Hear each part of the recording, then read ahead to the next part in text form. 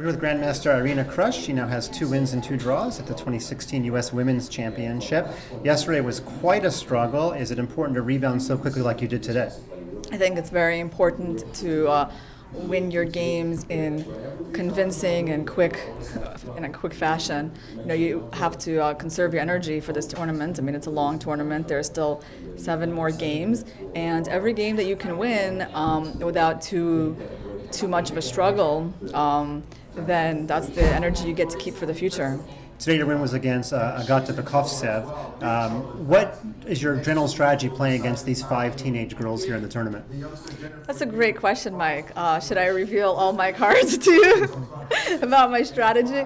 Well, let's just say today, if you look at my game, that will be a good example of my strategy. That's kind of the perfect game where you have better preparation, you're able to transition into a clearly better end game. Young players that generally don't play the end game so well, and especially, of course, honestly, I would have played the end game I got against anybody in the world, and no matter how wonderful an end game player they are, because it's just objectively better. And Now I have some questions about a different subject. During one of the breaks, they showed the full clip of you on the Steve Harvey show, also with Hillary Clinton. I want to know more about this experience. First of all, did you get to meet Hillary Clinton? No, what you saw on the show is the extent to which I got to meet Hillary and Steve. That's it. And now the other 2 fake Irina Krushes actually knew your real backstory. They did. All of their questions were 100% Yes. accurate. Did you train them? How'd that work? Well, the interesting thing is they gave me certain questions to answer, which my understudies would study. So they had my direct answers, but they also did a lot of studying on their own. There was a lot of research went into it. When I met them, I was surprised at how well they knew me, because they had watched all my videos, I probably read my articles, YouTube things.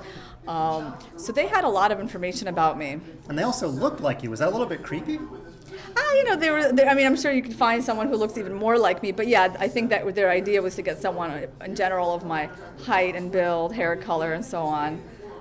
They were both brunettes, like me. How confident were you that Steve and Secretary Clinton would be able to accurately identify you? I think I could have done a better job at, hiding myself. I think I wasn't a good enough actress, and I think it made it pretty easy for them.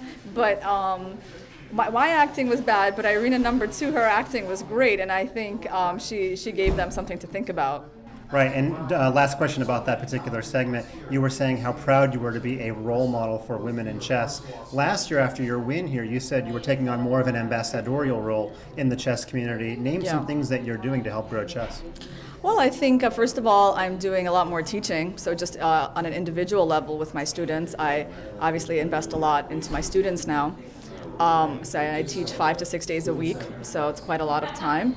I also organize and manage things for the Grandmaster School, which I do with my coach Georgie and Tamaz Gilashvili, and that brings our teaching to even more kids, because we have after-school classes throughout the year. We have camps every time that school is not in session, so we reach a lot of kids, and very happy to play this role and to bring high-quality chess teaching to the New York City area.